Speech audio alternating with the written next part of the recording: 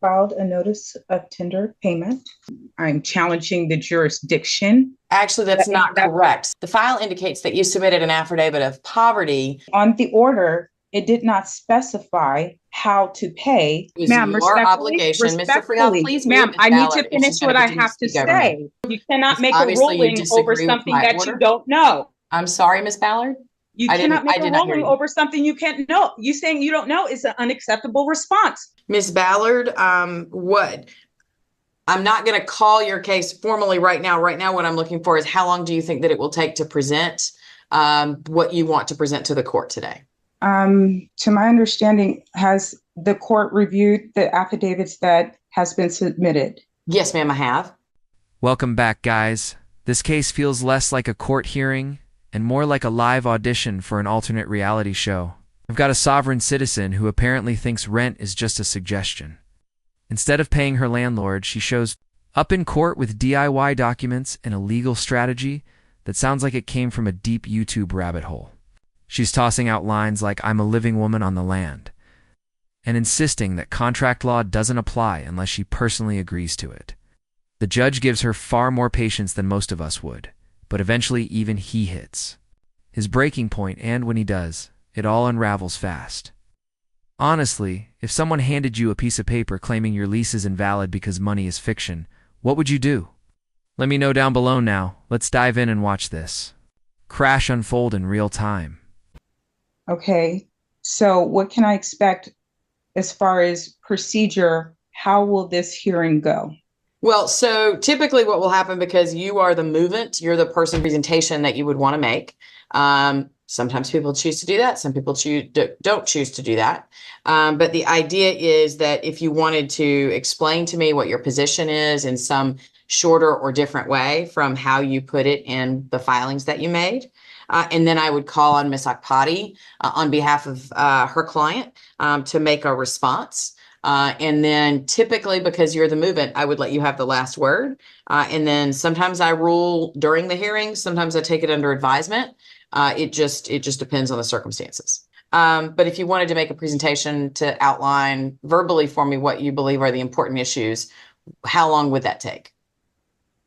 I'm not sure. To my understanding, with this hearing, I was under the understanding that the affidavits that have been presented are fully understood, and that based on what I have submitted, that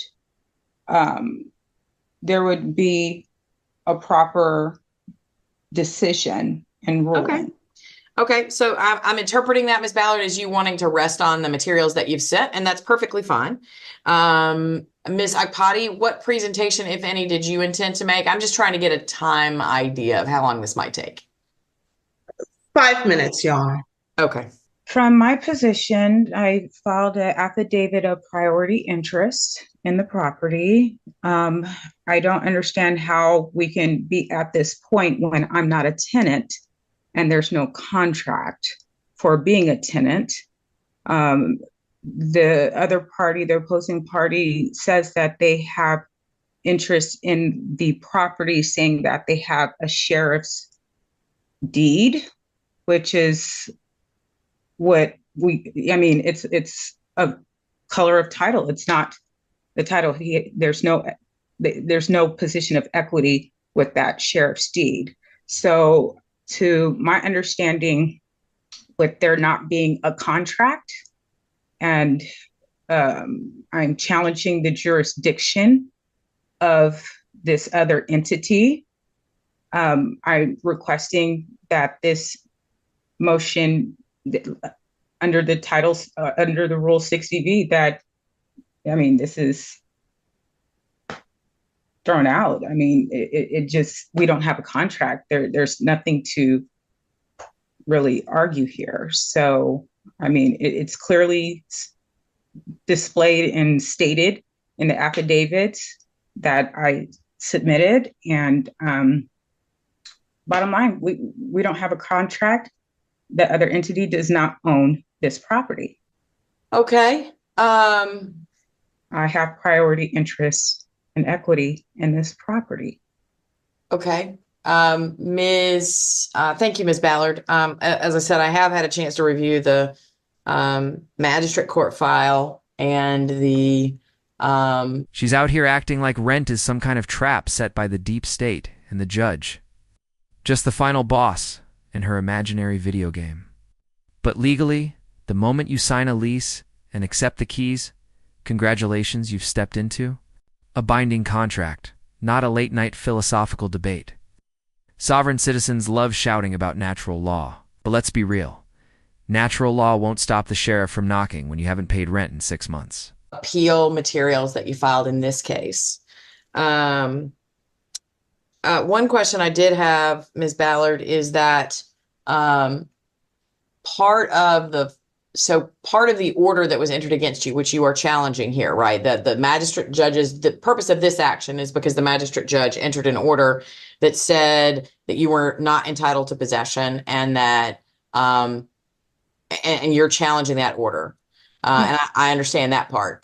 But part of the order also requires that for you to challenge it, you're required to make some payment into the registry of the court. And my looking at the system, I don't see that any payments have been made. I think that that's part of Ms. Akpati's argument in a brief that she filed a couple of days ago, that you have not made a payment into the registry of the court to preserve your appeal rights. Can you tell me about that? If you have made a payment and maybe I just don't have it in my system, or if you haven't made a payment, can you tell me the basis for that? I have. They did not ask for rent. They didn't put in an affidavit to ask for rent. So, and there's no contract. But I have paid into the court of registry. The paperwork is there. Can you tell me how much you paid into the court registry? All of it. It's on a continuous basis until this matter is resolved. The last month and the remaining balance, everything is in compliance with the order from Magistrate Judge Brooks. Ms. Akpati? Your Honor, just to get straight to the point, no payment has been made. I did call the court this morning, and there has been no payment made. So if Ms. Ballard is saying that she has made the payment, could she provide to the court some form of evidence showing that she's made the payment? Because again, as of 15 minutes ago, no payment has been made, or the court is not aware of any payment being made. Yeah, I have looked in both the magistrate court file, which is often where those payments will go, and I've looked in this action, and the financial documents don't indicate that any payment has been made in either case, other than the original, I think, $103 filing fee that was paid by the defendant in the magistrate court.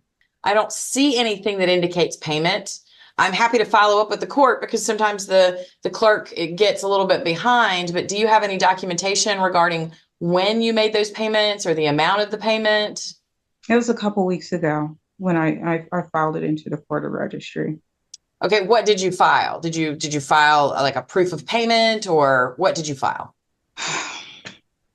It is basically a money order.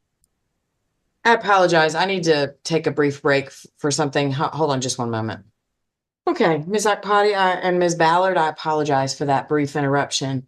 Okay, so where we are right now procedurally is that She really walked into court and handed over a homemade financial document like she'd just discovered. A brand new currency, and thought Wall Street might actually pivot. Legally, if it's not backed by a bank, or officially recognized by the SEO, Treasury, it's not a negotiable instrument, it's arts and crafts. This isn't financial sovereignty. It's performance art with a side of pure delusion. there is a dispossessory order that was entered by Judge Brooks on December the 7th. Respectfully, Ms. Ballard, I don't, if you can provide me with some documentation of the payment, I'm happy to pursue that with the clerk of court and find out if there is some issue with it being credited to the wrong file, or something like that. But absent any such documentation, there's no evidence that the required payment has been made. So I tendered a payment into the court of registry. If my payment was not accepted, I would not have received a case number for this. It had to have been in order to get this case number. Actually, so I have to feel that. Actually, that's not correct. So the file indicates, Ms. Ballard, the file indicates that you submitted an affidavit of poverty, and that poverty affidavit was granted for the filing fee. So you didn't have to pay a filing fee to be able to open this case. Respectfully, I tendered a payment in the magistrate court. Right. I'm not questioning, Ms. Ballard, that you did. What I'm saying is I need some documentation of that payment, because there's no such payment reflected in the magistrate court. And so if you have a receipt, if you have a copy of the money order, if you have even a bank transaction indicating where you withdrew that money from, or where you obtained the money order, that would be some information that I could then go to the clerk and say, hey, I've got a party telling me that they made a payment and there's no record of it. Can you help me find this payment and why there's no record of it? According to law, I tendered the payment, and I don't know if there's some type of mix up between both courts, but I filed it in both courts. The tender payment is there respectfully. Otherwise, I would not have been able. They even said this has to be satisfied in order to get a new case number for this appeal. Ms. Ballard, I understand that. All I'm asking is, can you tell me what was the amount? When was the payment? Where did you get the money order from? That's the type of information that I would then be able to go to the clerk and confirm that information. And then they might be able to track the payment and figure out where it went if you made the payment. All right. Can you hold one moment while I get the information? Thank you kindly. Yes. So let me just turn on my camera real quick. Okay. So yes, ma'am. I filed a notice of tender payment into the courts, and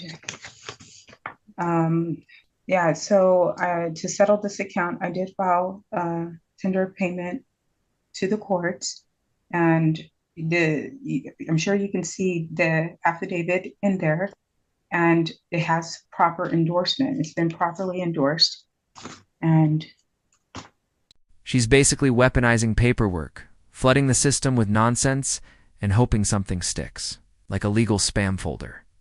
Judges have seen this all before. Fake bonds, bogus promissory notes, made-up account numbers from the federal reserve. It's all been debunked and thrown out in every courtroom that's come across it. It's less about actual law and more about pretending that bureaucracy can be outsmarted. With a fancy font and a generous dose of bold text. If you like, Ms. Ballard, can you tell me the case number on that? Is it this case number 2023 CV 390-111, or is it the 23 ED 284-322 case number? It's 23 ED 284-322. Okay. Give me a moment to look in the file and see what I can locate. Okay. Give me just a second. Thank you. Okay. Thank you for your patience as I've sort of worked through this. Ms. Ballard, Ms. Akpati. I was able to locate the filing that that Ms. Ballard was referencing, which is a notice of tender of payment to settle and close account.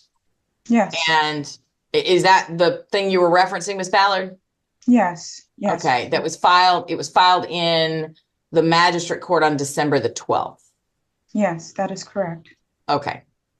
My review of the notice that you filed. So first of all, I've spoken with the clerk of court, and they have no record of any payment. They have looked everywhere they can think of, including associated with your name, associated with this case, associated with the Superior Court case, and they can find no record of payment. But more importantly, Ms. Ballard, my review of your filing seems to indicate that you are rejecting the acknowledgement that there is that money would be any like it doesn't appear that you actually submitted legal tender of any sort to pay or satisfy this. You instead submitted some sort of signed, I know, some sort of authorized representative document, but no money order, no check, which I don't think they take, no cash, no certified check, anything like that. Is that an accurate statement? Am I correctly understanding what you filed, Ms. Ballard? I filed a tender payment, and it didn't, I mean, the law says that I can tender a payment. It never stated how to pay it. So, I mean, I fulfilled the contract based on the order. I mean,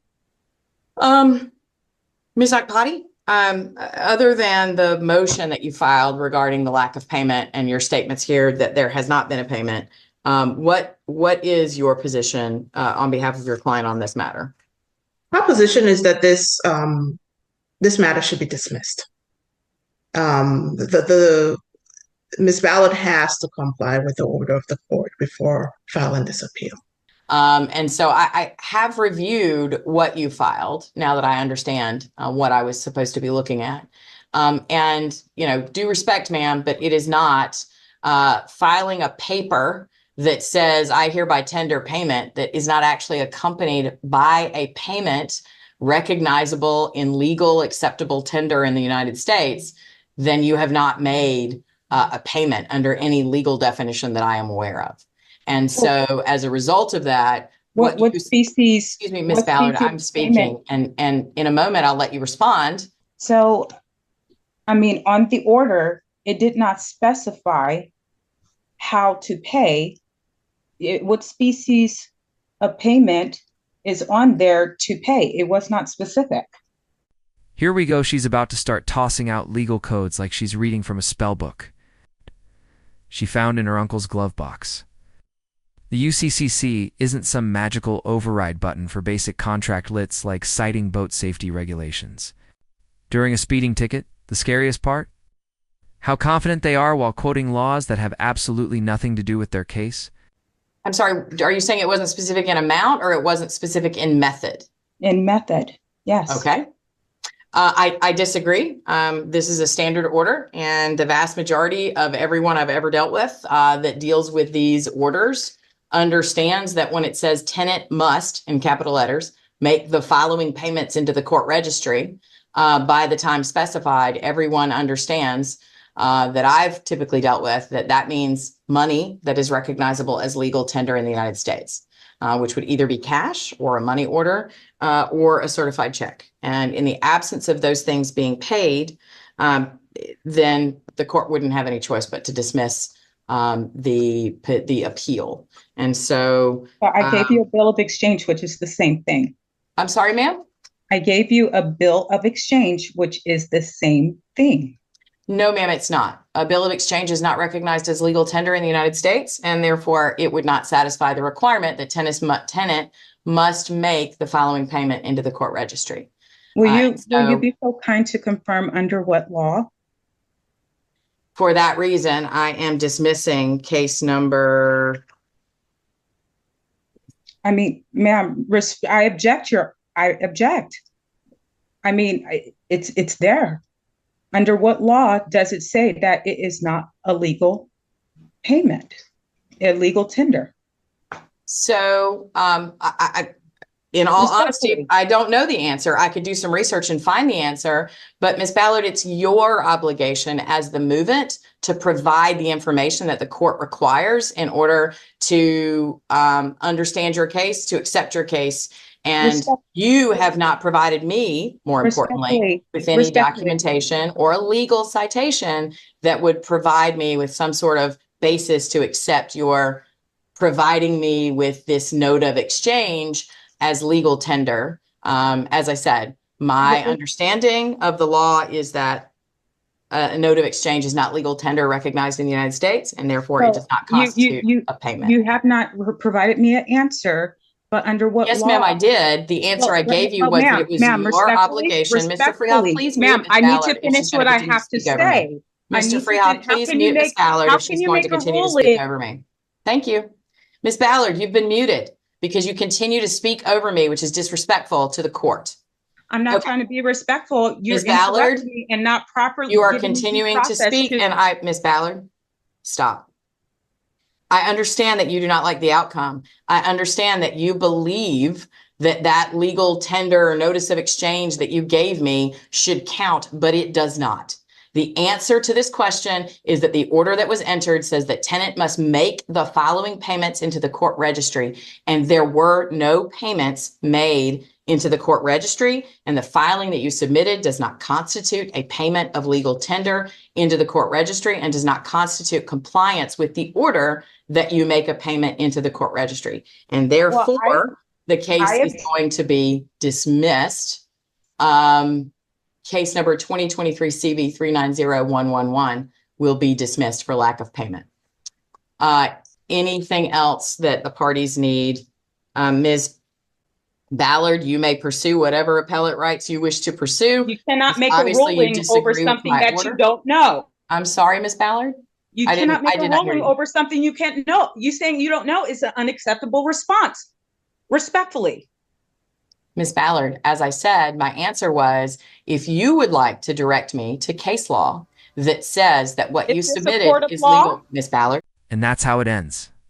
Another sovereign citizen fantasy. Dragged into the cold light of a courtroom and shut down by actual law. You can argue with your landlord, your neighbor, even your reflection, but the moment you bring that nonsense into a courtroom, it hits a brick wall fast. This wasn't some deep legal debate. It was a head-on collision between conspiracy cosplay and a judge who's seen it all before. That courtroom wasn't confused. It was just tired of people trying to outsmart a system they don't even understand. The wildest part? These folks pour so much time and energy into crafting fake documents, quoting irrelevant codes, and piecing together myths from message boards when they could have just paid what they owed. It's like building a paper fortress and expecting it to survive a thunderstorm. The law doesn't bend just because you typed your nonsense in bold, all caps, and slapped a notary stamp on it.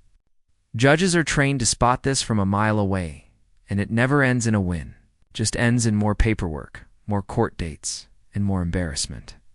So what do you guys think? Is this just deep denial? Or do they genuinely believe one day a court will say, you know what? You're right. Rent is fake. Let me know in the comments. Because I honestly want to hear how you'd handle someone pulling this in your courtroom. If you like the video, hit like and subscribe. I drop new court reactions daily. Some educational, some just plain absurd, like this one. Thanks so much for watching, and I'll catch you in the next.